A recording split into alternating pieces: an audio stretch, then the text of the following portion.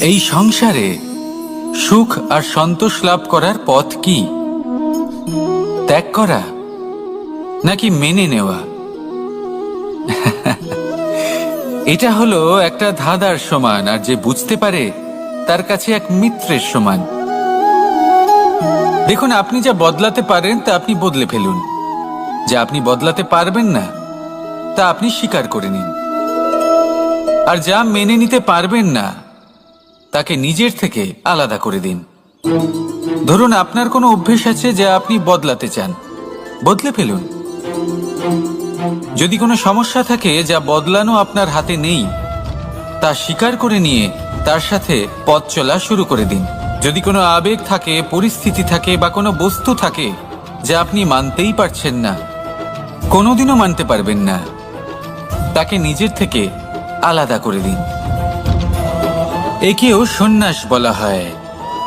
জীবনে সুখ দুঃখ, ক্ষয় হোক বা লাভ, এই সবেতেই সমান রূপে যাপন করা, তাই হলো সন্ন্যাস। এতেই জীবনের আনন্দ রয়েছে। তাহলে এই আনন্দ উপভোগ করুন আর আমার সাথে ভালোবেসে বলুন, রাধা রাধা। আজ আমি আপনাকে একটা কাহিনী শোনাবো। একটা খাড়াই উঁচু পাহাড় ছিল, যা বেয়ে ওঠা প্রায় অসম্ভব কাজ ছিল। এবার একদিন কয়েকটা ব্যাঙ এলো আর তা বেয়ে উঠতে শুরু করলো। আস্তে আস্তে প্রত্যেকটা ব্যাঙ মিলে লাফিয়ে লাফিয়ে ওপরে ওঠার চেষ্টা করছিল। নিচে কিছু পশু দাঁড়িয়েছিল যারা বলছিল, এটা তো অসম্ভব ব্যাপার, এই ব্যাঙগুলো উঠতেই পারবে না, সকলে পড়ে যাবে। আর তারপর ধীরে ধীরে সমস্ত ব্যাঙ নিচে পড়তে থাকলো। শেষ পর্যন্ত একটাই ব্যাঙ ছিল যে শিখরে পৌঁছতে পারল। জানেন সে কেন পারল? কারণ সেই ব্যাঙ বধির ছিল। সে কারোর কথা শোনেনি। ও স্থির করেছিল শিখরে পৌঁছতে হবে, আর পৌঁছে গেল। এবার এটা কিন্তু আমাদের জন্য অত্যন্ত গুরুত্বপূর্ণ শিক্ষা। আপনি যদি জীবনে নিজের লক্ষ্য স্থির করে থাকেন, তাহলে এদিক ওদিক কারোর কথা শুনবেন না, শুধুই নিজের লক্ষ্যের দিকে অগ্রসর হন। কারণ সাফল্য আপনার প্রচেষ্টার দ্বারাই আপনি পেতে পারেন, অন্যের কথা দ্বারা নয়। তাহলে চেষ্টা করতে থাকুন আর নিজের লক্ষ্য প্রাপ্ত করুন, আর আমার সাথে ভালোবেসে বলুন, রাধা রাধা। এই সূচটা দেখুন, কতটা গুরুত্বপূর্ণ এই সূচ। ওর কতটা ভূমিকা রয়েছে, ও কত রকম ভাবে সাহায্য করতে পারে আমাদের। এর সাহায্যে যদি আপনি চান, তাহলে এক সাধারণ কাপড়কে আপনি পোশাকে পরিবর্তিত করতে পারেন। আপনি যদি চান, তাহলে অনেক ফুল একসাথে নিয়ে একটা মালা বানিয়ে ফেলতে পারেন, বা অলংকার বানিয়ে ফেলতে পারেন। এর সাহায্যে আপনি বাড়িও সাজাতে পারেন। এ হলো অত্যন্ত গুরুত্বপূর্ণ জিনিস। কিন্তু আপনি ভাবুন, যদি এই সূচে এই ছিদ্রই না থাকে, যদি এর সাথে এই সুতোই না জোড়া যায়, তখনও কি এটা এতটাই গুরুত্বপূর্ণ থাকবে? কখনোই না। তখন এটাকে কাউকে কষ্ট দেওয়ার কাজে লাগানো যেতে পারে। দেখুন, একটা অত্যন্ত গুরুত্বপূর্ণ কথা আপনাকে মনে রাখতেই হবে। যে কোনো বস্তু একা তার গুরুত্ব হারিয়ে ফেলে। কোনো কিছুর সাথে তার সম্মান বেড়ে যায়, তার গুরুত্বও বেড়ে যায়। এটা মানুষের ক্ষেত্রেও প্রযোজ্য। যদি আপনি সামনে এগোতে থাকেন এবং একাই এগোতে থাকেন, তাহলে আপনি যাই করে নিন না কেন, আপনি সেই প্রেম, সেই সম্মান, সেই সম্বল পাবেন না। কাউকে নিজের সাথে নিয়ে চলুন, আপনারও মান বাড়বে। কাউকে তার যোগ্য স্থান দিন, আপনারও সম্মান বাড়বে। ঠিক সেইভাবেই যেইভাবে এই সুতোর দ্বারা সূচের সম্মান বাড়ে, আর যেমন প্রেম দ্বারা গুণের মান বেড়ে যায়।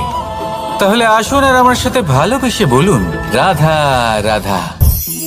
আমরা মনে করি অন্যের উপকার করা, কারোর ভালো করা, কাউকে সাহায্য করা, সেবা করা, দান করা, সুখে দুঃখে কারোর সাথে থাকা, এ হলো আমাদের জীবনের সবথেকে বড় কর্তব্য। এটাই আসল কর্তব্য। কিন্তু এটা কি সত্যি? না। কর্তব্যের জন্য অনেক সময় মানুষকে অনেক অনেক যন্ত্রণা ভোগ করতে হয়। এমন কিছু কর্তব্য থাকে যা পালনের জন্য মানুষকে এমন কিছু পথ দিয়ে যেতে হয় যেখানে কাঁটা আছে। দুঃখ আছে, যন্ত্রণা আছে, বিপদ আছে, সেটা পার করে তবে ও নিজের কর্তব্যকে পূর্ণ করতে পারে। অন্যের উপকার, ভালো কাজ করা, কাউকে সাহায্য করা, দান করা, সেবা করা, সুখে দুঃখে সঙ্গ দেওয়া, এটা কর্তব্য নয়, এটা হলো আনন্দ। কারণ এতে আপনারই জীবন আরো সুখময় হবে, আপনি আরো সুখ পাবেন, আপনার স্বাস্থ্য আরো ভালো হবে, আপনি জীবনে আরো ভালো ভালো মানুষ পাবেন। আর সব থেকে বেশি যদি এ কিছু বাড়িয়ে তোলে, তাহলে তা হলো প্রেম। তাহলে একে কর্তব্য মনে করবেন না, এ হলো শুধুই সেই পথ যাতে অগ্রসর হয়ে আপনি নিজের জীবন অত্যন্ত সুখময় করে তুলতে পারবেন। তাহলে আপনি এটাই করুন, আর আমার সাথে ভালোবেসে বলুন, রাধা রাধা। আপনি কখনো একটা পর্বতকে দেখে থাকবেন, দিনের বেলায় যদি দেখেন এই পর্বতকে কত সুন্দর দেখতে লাগে, এত বিশাল এত সুন্দর প্রকৃতির এই দৃশ্য দেখে মনে শুভ চিন্তার উদ্ভব হয়। এবার সেই পর্বতকেই আপনি অন্ধকারে দেখুন, ততটাই ভয়াবহ মনে হয়। এবার এটাই হয় মানুষের সাথেও, আর এটাই হয় অন্য কোনো স্থানের সাথেও। এবার এর কারণ কি? তাহলে কি মানুষের রূপ, তার ব্যক্তিত্বের কোনো মাহাত্ম্য নেই? না, এরকম কখনোই নয়। এর সমস্ত কৃতিত্ব পায় প্রকাশ। শুধুমাত্র এই প্রকাশই আপনার গুণকে, আপনার ব্যক্তিত্বকে, আপনার রূপ আরো উজ্জ্বল করে সংসারের সামনে নিয়ে আসে। তাহলে আপনিও অন্ধকার থেকে প্রকাশের পথে অগ্রসর হন, সেই মানুষগুলোর দিকে অগ্রসর হন, সেই দিশায় অগ্রসর হন যা আপনার ভেতরের গুণগুলিকে, আপনার ব্যক্তিত্বকে সংসারের সামনে আনতে পারে।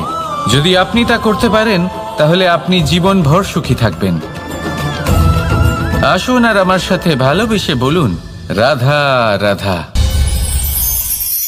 আপনি কখনো সূর্যের আলোকে নিজের হাতের মুঠোর মধ্যে রাখার চেষ্টা করেছেন? আপনি নিশ্চয়ই জানেন যে সেটা সম্ভব নয়। আপনি জলকে কখনো বেঁধে রাখার চেষ্টা করুন, সেটাও সম্ভব নয়।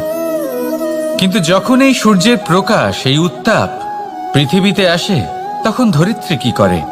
সে সমস্ত বনস্পতির মধ্যে তা ভাগ করে দেয়, তাদের বিকাশের সহায়ক হয়ে ওঠে। আর এই ধরিত্রীকে পুজো করা হয়, একে ধরিত্রী মাতা বলা হয়।